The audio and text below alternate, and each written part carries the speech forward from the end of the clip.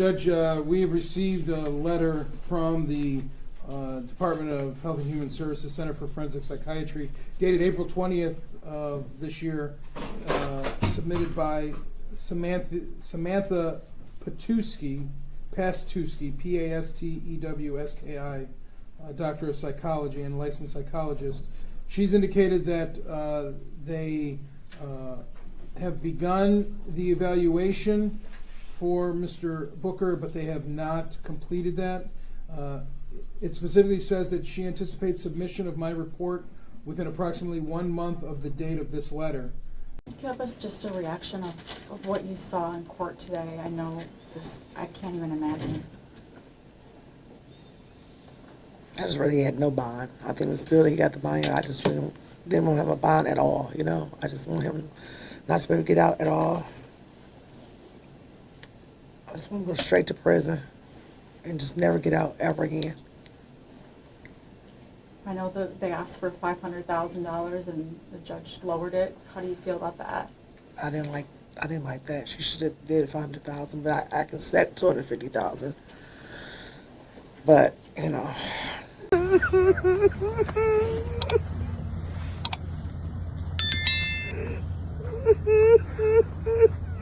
Her mother texted her at 9:06 in the morning.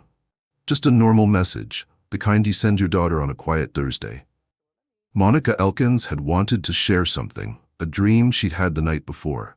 In it, Ashley came and took her truck. Left her own car behind in the driveway.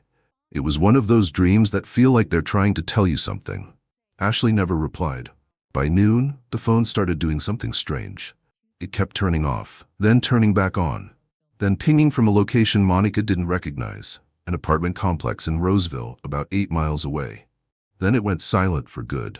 A few hours later, a family member got a text.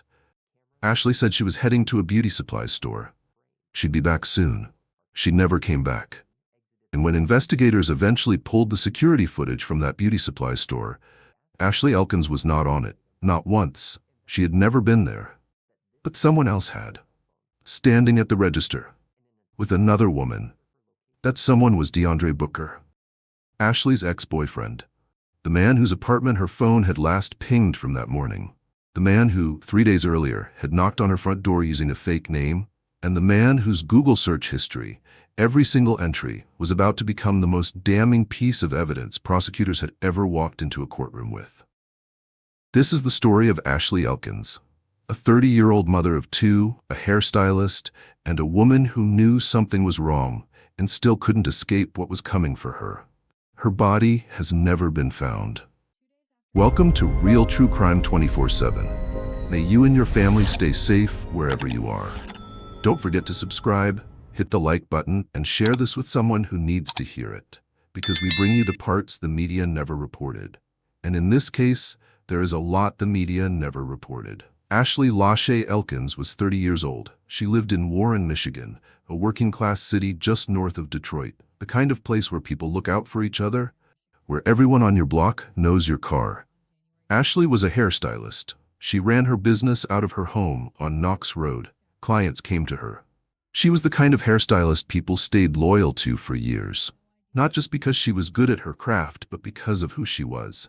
Warm, funny, someone who made you feel at ease the moment you walked through the door. She was a mother, 2 kids, and by every account from people who loved her, those children were her whole world. Everything she did was for them. According to her family, Ashley was the type of person who was always reachable, always. If you called, she picked up. If you texted, she replied. She didn't go quiet. She didn't disappear without telling someone where she was going. That matters, because when the text stopped and the calls went unanswered on January 2nd, 2025, her family knew within hours that something was wrong. Not the kind of wrong you dismiss. The kind that makes your stomach drop. And it turns out, the danger Ashley was in didn't start that morning. It had been building for weeks, quietly, systematically, on a phone screen that belonged to someone she had once trusted. Ashley and DeAndre Booker had dated. By the end of 2024, they were broken up. Booker, 32 years old, lived in a rented apartment on Pinehurst Street in Roseville, just a few miles from Ashley's home in Warren. The breakup had not gone smoothly. That part becomes clear very quickly when you look at what was happening on Booker's phone in December 2024. December 15th. Booker searches, "How to make her miss you." December 16th.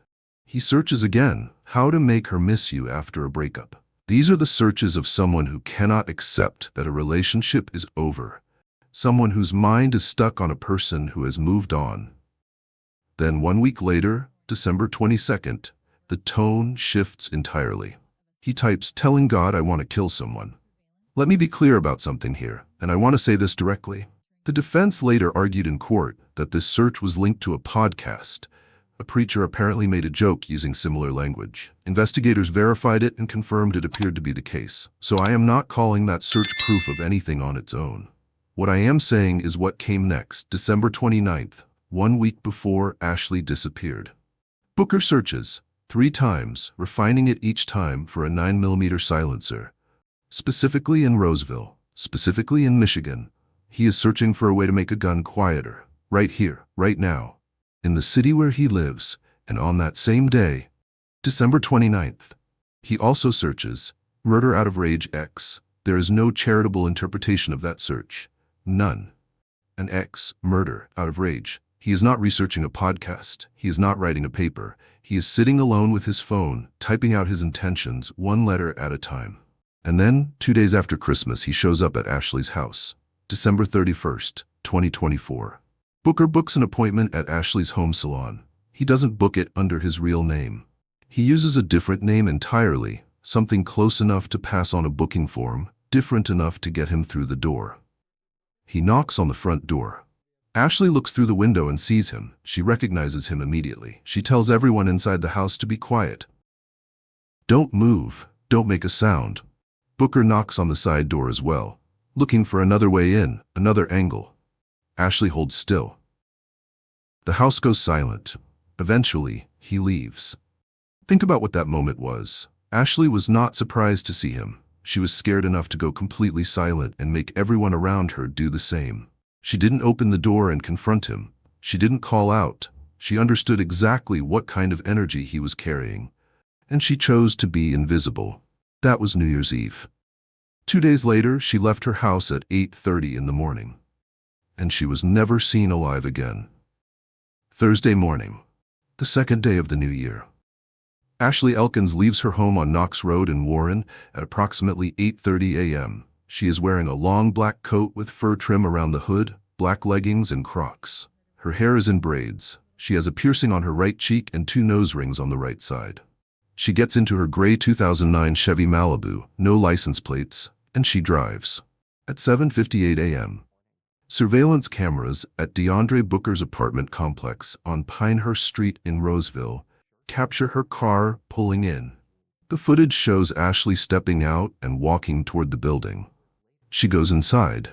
Now, I want you to hold that image.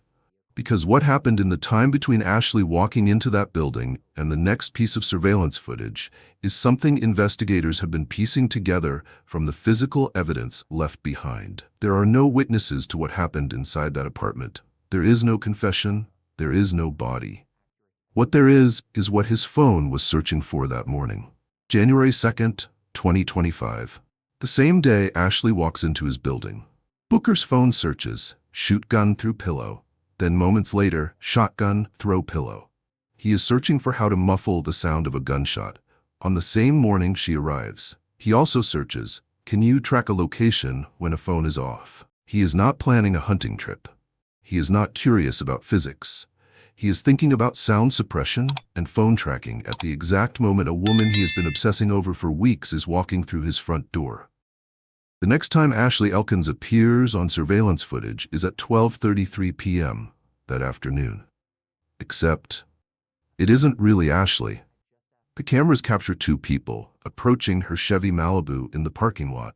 Both go to the passenger side first, then the man gets in the front passenger seat, the woman gets in the driver's seat, and they drive away in Ashley's car. Investigators who reviewed this footage testified in court that the man in that video was wearing a black coat with fur trim around the hood, black pants, black shoes, a black beanie. They could not positively identify him, But they could identify the coat, because they later found that same coat with what appeared to be dried blood drops on it at a house in Flint, Michigan, inside the home of another one of Booker's girlfriends, where he had run to after Ashley disappeared. Ashley's mother, Monica, had been trying to reach her all day. The FaceTime calls went unanswered. The texts were read but not replied to. Then, hours after Ashley had left the house, a family member received a message from Ashley's number saying she was heading to a beauty supply store. Monica waited. Ashley didn't come home. The family reported her missing to the Warren Police Department on January 3, 2025, 24 hours after she had last been seen. Meanwhile, her phone's last known location had placed her at Booker's Roseville apartment. That detail alone was enough to make the family certain of what had happened, even before police had confirmed anything. On January 7th, investigators found Ashley's Chevy Malibu. It was located a few miles from Booker's apartment. Abandoned. Her car left on the street. Without her. That same night, police executed a search of Booker's apartment on Pinehurst Street. What they found inside would define the next year of this case. I need to slow down here for a moment, because what investigators found in that apartment is something that has been reported in bits and pieces across different outlets, but I want to put it all together in one place, because the full picture is more significant than any single detail. When the Roseville Police Department searched DeAndre Booker's apartment on Pinehurst Street, they found blood. Not a small amount. Not something that could be explained away as a cut or a scrape. Blood in the bathroom. Blood that was sent to Michigan State Police forensic labs. Blood that came back as a DNA match to Ashley Elkins. Then they called a plumber. The plumber removed the drain from the bathtub. Inside, tucked down into the pipe, they found 3 items: a bullet fragment, a clump of hair, and a hoop earring. A hoop earring. The kind a woman wears on a regular morning. The kind she puts on without thinking about it, because she's done it 1,000 times before. That earring was in a drain, in the apartment of the man who had been searching how to silence a gunshot that same morning. The defense raised legitimate points in cross-examination. They noted that without further testing, it was unclear how long those items had been there and who they belonged to. That is fair. That is how the legal process works. But here is what I keep coming back to. The blood in the bathroom was confirmed as Ashley's. Her DNA, in his apartment, on the day she walked in and never walked back out. That detail has not gotten nearly enough attention in most of the coverage I have seen. And it should.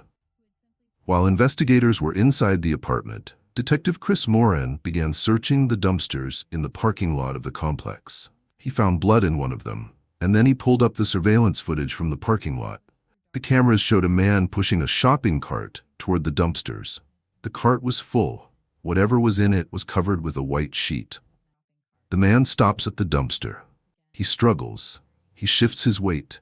He tries again. Whatever is in that cart is heavy and awkward and difficult to lift. Detective Moran testified about that footage in court. His words: "It was clear to me that the person putting whatever it was in that dumpster was struggling. Anyone who has had experience lifting a person, it is difficult if they are limp to move them around. It would take a lot of effort." Now let me add something that very few outlets have connected properly. On the night of January 2nd, the same night Ashley disappeared, at 11:46 p.m., a DoorDash order was placed from Booker's phone. The order: heavy-duty trash bags and 4 bottles of bleach. 4 bottles of bleach, delivered to his address at midnight, on the night she went missing. He ordered the supplies to clean up whatever had happened inside that apartment. And then, according to prosecutors, he put whatever remained into a shopping cart, covered it with a sheet, and walked it to the dumpster in his own parking lot. The trash from that dumpster was taken to the Pine Tree Acres landfill in Lenox Township. Investigators searched that landfill for 7 days straight, January 13th through 19th, 2025. Hundreds of hours. Teams going through tons of waste. They found nothing. Ashley's body has never been recovered. Remember the text Ashley's family received, saying she was heading to a beauty supply store? Investigators obtained security footage from that store. Ashley is not in it. Not once. she never went there. But Booker's phone pinged that same location at the same time as Ashley's. Here's what the footage actually shows. Booker was at that store with another woman, a different woman, not Ashley. The text sent from Ashley's phone saying she was going to the beauty supply store, sent after she had walked into his apartment and never come out, was, according to prosecutors, part of an attempt to create the appearance that Ashley was still alive and moving around normally. Someone used her phone to send a message to her family, a message designed to buy time, and then they drove her car away from the scene, and then they went to a store across town, and then they came back and ordered bleach at midnight. By January 8th, detectives had tracked Booker to a house in Flint, Michigan. He had left Roseville sometime between 1 and 2 in the morning on January 3rd, though he would later tell police he was picked up by an Uber at 5:17 a.m. His phone data contradicted that directly. He had gone to the home of another woman, a different girlfriend. When police arrived with a search warrant, both Booker and the woman were there. The woman cooperated fully with investigators. Inside the house, they found the black coat with fur trim. The same coat from the parking lot footage. It had what appeared to be dried blood drops on it. They also found a sales record for a pistol in Booker's name. And then investigators looked at what Booker had been searching on his phone from Flint, after Ashley had disappeared while he was supposed to be staying low. Fastest routes from Flint to Ohio. What to do while on the run. Whether blood is traceable. How to beat a polygraph test. How to delete Google search history. He was trying to outrun the investigation in real time, typing his way through a panic. And every search was being logged. This is the part of this case that I think gets lost in how it's reported. People focus on the pre-crime searches, and they should. But these searches, made after he was already in the wind, tell you something just as important. He knew exactly what he had done. You do not search how to beat a polygraph unless you know there is something to hide. You do not search whether blood is traceable unless you know there is blood that needs to not be traced. He was arrested on January 8th, initially charged with lying to a police officer during a violent crime investigation. 3 weeks later, January 31st, 2025, he was charged with first-degree premeditated murder. The full charge sheet: first-degree murder, tampering with evidence, disinterment and mutilation of a dead body, concealing the death of an individual, lying to a police officer. He has been held in the Macomb County Jail since his arrest. He remains there now.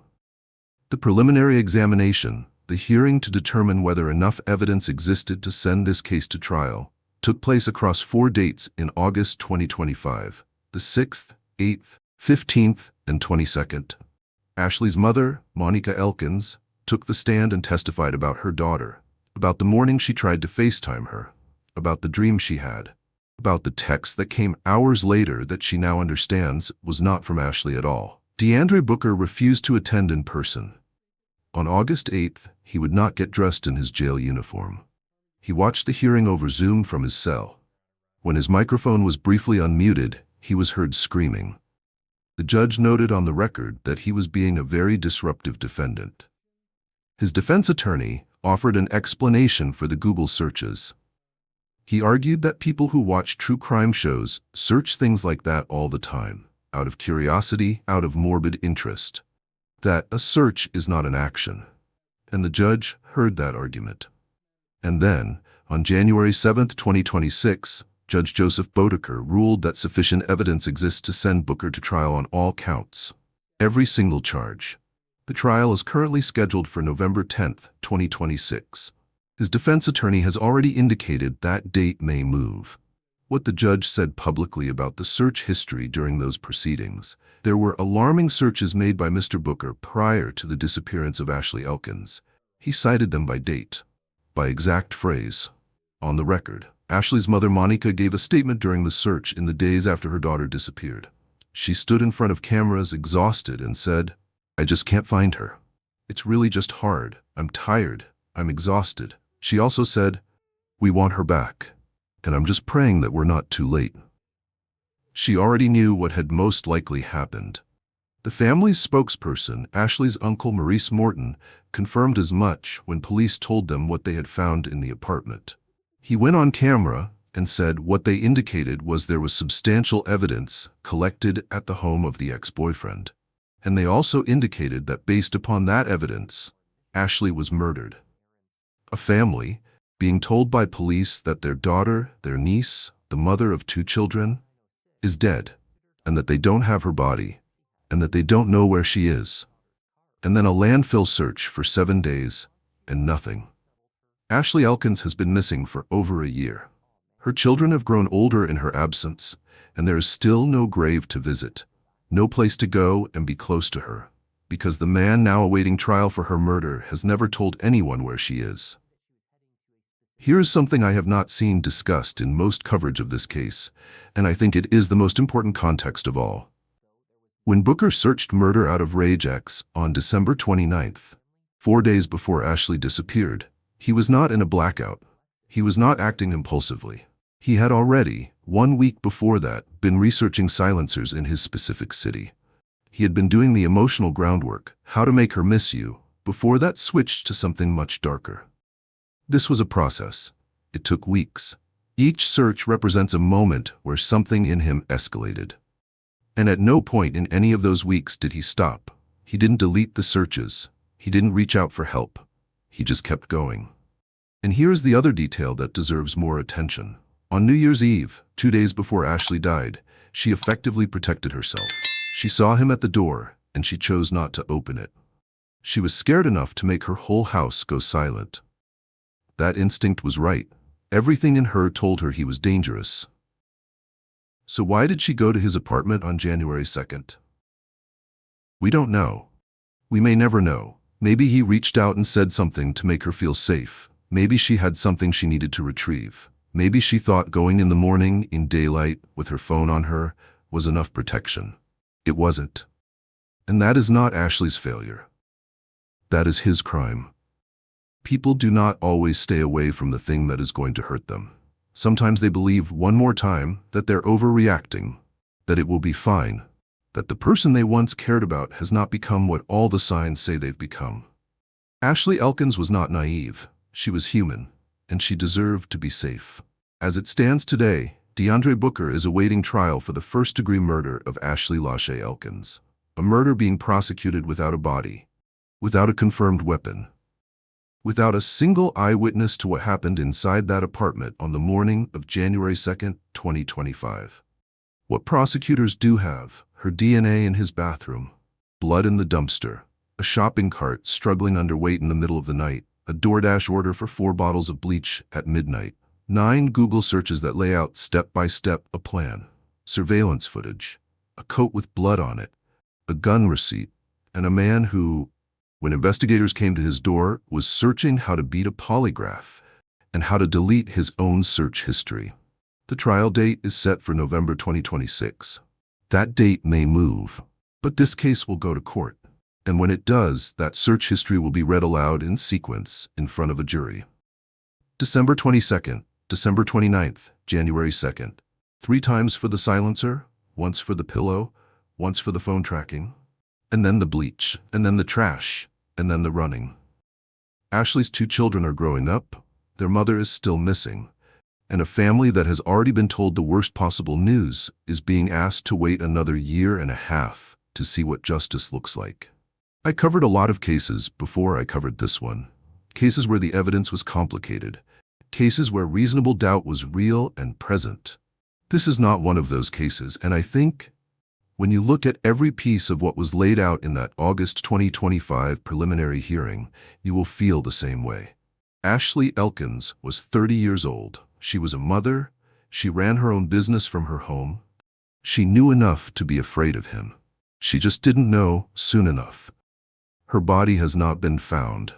If you have any information at all regarding the whereabouts of Ashley Elkins, contact the Warren Police Department at 586-574-4784, or reach out anonymously to Crime Stoppers at 1-800-SPEAK-UP. She still deserves to come home. Thank you for watching Real True Crime 24/7. If this story moved you, if it made you think, if it made you angry, if it made you want to do something, share it, subscribe, and leave a comment below telling us what you think justice should look like for Ashley's family. Stay safe, Stay aware, and we'll see you in the next one.